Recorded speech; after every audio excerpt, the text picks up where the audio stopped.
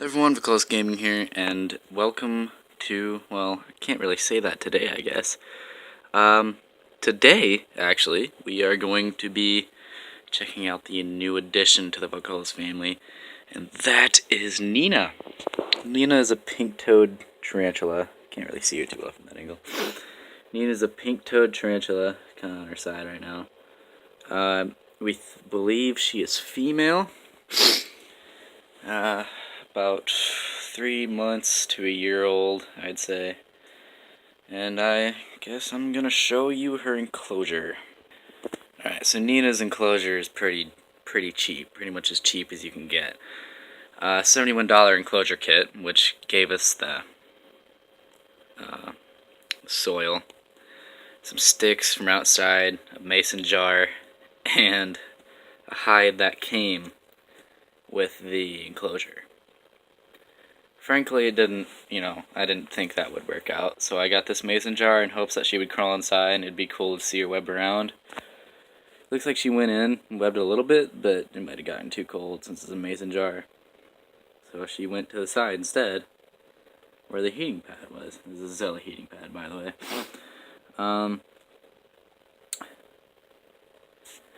So we got a humidity and heat gauge here. It was just 70% humidity. It's rising up to 80% now. And the heat remains at 65. Now the heat recommendation is actually up in the 80s for a pink-toed tarantula, and as is the humidity, since they're pretty much tree tarantulas. They like staying up in high places, which kind of surprises me that she's down there. For her secondary heat source, this is technically her main for right now, since it's the closest to her hide. For her secondary, we just got a regular lamp, and for humidity, I got this nice $15 to $20 humidifier. You just hook up a little water bottle to it, which is pretty cool. Got my tool set there. And for more humidity control, I have this. I forgot what they're called. It says Rada Beauty. I think it's like therapy something. I don't know. And that pumps moisture and water vapor directly into her enclosure.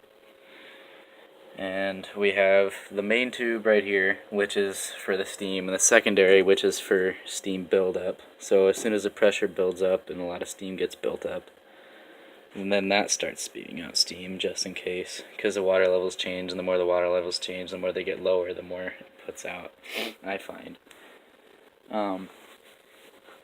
Now, here's her food, which we have one in there right now. She won't eat it. But yeah, here's her food for now. A whole bunch of moderately large crickets. Oh, well, I guess my battery is low, so I cannot use my flashlight anymore. Whole bunch of moderately large crickets. I just put some gut load in there for them. So when she is done molting, yes, she's molting right now. When she is done molting, she can feed. There's one in the corner right there you can kind of barely see. But yeah, it's there. And I decided to put it close to Nina, well, her enclosure, because of that and the other heat source. And I plug in these lights. It actually generates quite a bit of heat, because they span all around my room.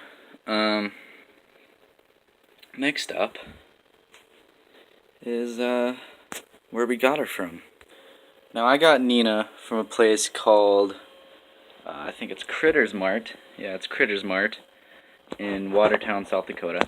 You can find it there in Watertown. And sometimes I get pets from the zoo and such. This happened to be their only tarantula at the time, the pink-toed, which is pretty neat. Pretty much a beauty.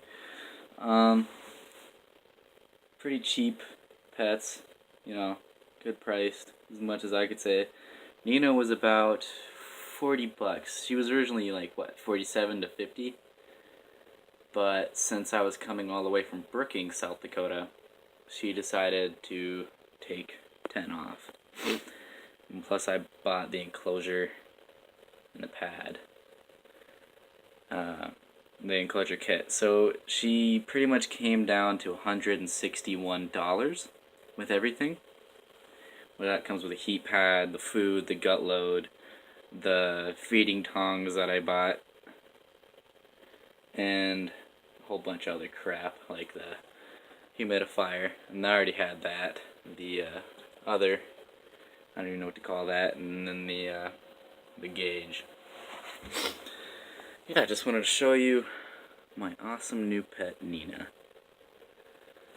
Next video is probably going to come shortly, most likely Arma, or some insurgency with Vexper. Close gaming, everyone. Peace.